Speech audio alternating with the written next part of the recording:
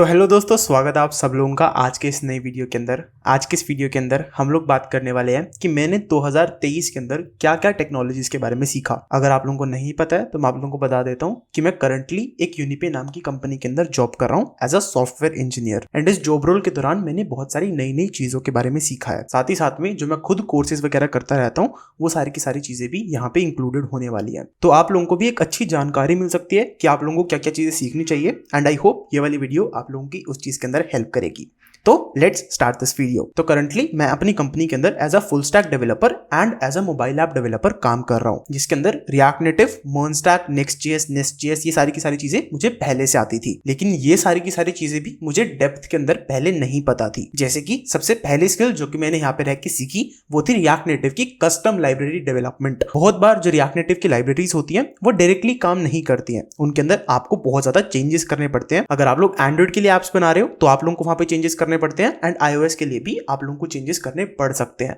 तो उस केस के अंदर आप लोगों को नेटिव नॉलेज होनी चाहिए कि कैसे एंड्रॉइड वर्क करता है, कैसे जावा के अंदर कोड किया जाता है। ये चीजें आप लोगों को पता होनी चाहिए। एंड ये सारी की सारी चीजें मैंने इस जॉब रोल के दौरान सीखी कि कैसे हम लोग कस्टम लाइब्रेरी डेवलपमेंट कर सकते हैं। इस केस के अंदर मैंने खुद की बैकग्राउंड एसएमएस सर्विस के ऊपर काम किया था, जो कि आप लोगों के मोबाइल के अंदर से ऑटोमेटिकली एसएमएस को फेच करके कंपनी की डेटाबेसेस के अंदर सेंड कर देती है। वो फीचर कभी भी मर्ज नहीं हुआ, लेकिन that was a good learning to be honest. उसके बाद जो दूसरी चीज मैंने सीखी वो थी एक बैकएंड वाली टेक्नोलॉजी, जहां पे मैंने सीखा नेस्ट.जेएस के बारे में। नेस्ट.जेएस के थ्रू ना आप लोग बैकएंड एपीआईज को डेवलप कर सकते हो विद टाइपिंग कॉन्फ़िगरेशन। तो आप लोगों को वहां पे टाइप्स की चिंता नहीं करनी पड़ती है। सारा का सारा कोड जो है वो सारा का सारा टाइपस्क्रिप्ट के अंदर लिखा जाता है एंड वो सारी की सारी काम को बहुत ज्यादा इफेक्टिव एंड यूं कह लो कि बग फ्री बना देती हैं, जिसकी वजह से हम लोग नेस्ट.जेएस का यूज करते हैं। एंड उसी के साथ साथ में मैंने डॉकर के बारे में भी वहीं से सीखा कि डॉकर के ऊपर हम लोग एक ऐप को कैसे कंटेनराइज कर सकते हैं, कैसे हम लोग डॉकर हब का यूज कर सकते हैं। ये सारी की सारी चीजों के बारे में मैंने वहां से सीखा। उसके बाद तीसरी टेक्नोलॉजी थी वो थी एडमिनिस्ट्रेटिव इंटरफेस डेवलपमेंट। नाम बहुत बड़ा बड़ा सा लग रहा है लेकिन आसान चीज है ये भी। इसके अंदर हम लोग बेसिकली क्या करते हैं, जो भी बड़ी बड़ी कंपनीज होती है ना उनको डेटाबेसेस चाहिए होते हैं। डेटाबेसेस मैंने गलत बोल दिया,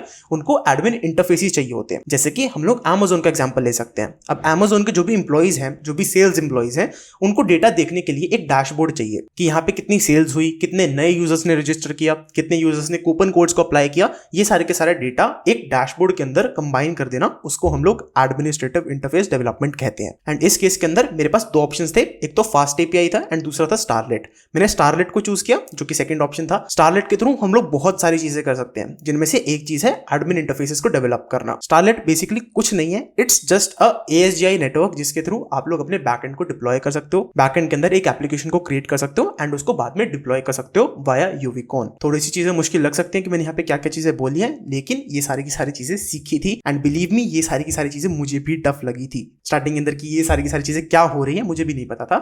लेकिन धीरे धीरे जैसे जैसे मैंने सीखा वो सारी की सारी चीजें मुझे समझ में आने लगी। उसके बाद जो फोर्थ चीज जो मैंने सीखी वो थी फास्ट एपीआई डेवलपमेंट।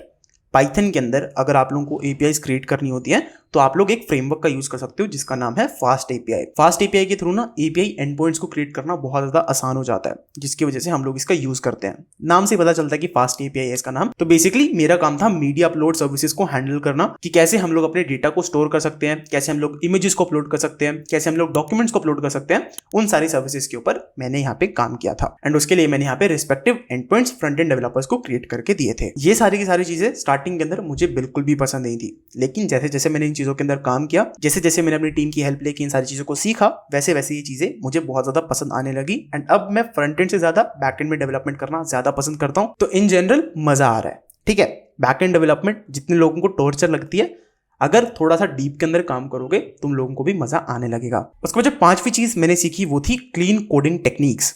अगर आप लोग कोई भी एक बड़ी कंपनी के कोड बेस के अंदर कंट्रीब्यूट कर रहे हो तो वहां पे आप लोगों को कोड को क्लीन लिखना बहुत ज्यादा जरूरी है। प्रॉब्लम कोई भी बंदा सॉल्व कर सकता है, लेकिन उस प्रॉब्लम को एक क्लीन तरीके से सॉल्व करना, उसके अंदर कमेंट्स को ऐड करना जहां पे भी रिक्वायर्ड है, एक बड़े फंक्शन को छोटे फंक्शंस के अंदर ब्रेक डाउन करना, अच्छे डिस्क्रिप्टिव वेरिएबल नेम्स का यूज करना, ये सारी की सारी प्रैक्टिसेस होती है। अगर आप लोगों को चाहिए तो मैं इसके लिए भी एक वीडियो लेके आने वाला हूं, आप लोग मुझे कमेंट सेक्शन के अंदर उसके बारे में बता सकते हो। लेकिन इसका मेन मकसद होता है आप लोगों की कोड बेस को क्लीन रखना। जो कंपनी का कोड बेस है ना उसको क्लीन रखना बहुत ज्यादा जरूरी है, क्योंकि आज आप काम कर रहे हो उस कोड बेस के ऊपर, लेकिन आगे जाके सिर्फ आप उस कोड बेस के ऊपर काम नहीं करोगे, बहुत सारे अलग अलग डेवलपर्स आएंगे एंड उनको कोड समझना पड़ेगा। तो उस कोड को थोड़ा सा समझने लायक छोड़ना पड़ता है। मोस्टली केसेस के अंदर कोड समझ में नहीं आता है पहली बारी में, लेकिन अगर आप गंदे तरीके से लिखोगे तो उसकी जो डिफिकल्टी है वो और ज़्यादा बड़ी हो जाती है। तो इसलिए हम लोग कोड को थोड़ा सा आसान तरीके से कोई भी बंदा समझ पाए, इसीलिए उसको फंक्शंस के अंदर डिवाइड करते हैं, अच्छी अच्छी कोडिंग प्रैक्टिसेस का यूज करते हैं, डिजाइन पैटर्न्स का यूज करते हैं, ESLint का यूज करते हैं, बहुत सारी चीज़ों का यूज करते हैं, जिसके बारे में हम लोग एक सेपरेट वीडियो के अंदर बात करेंगे।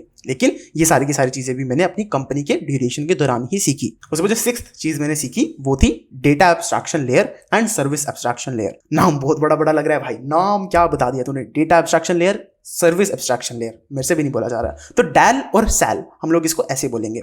डैल और सैल का मतलब क्या होता है?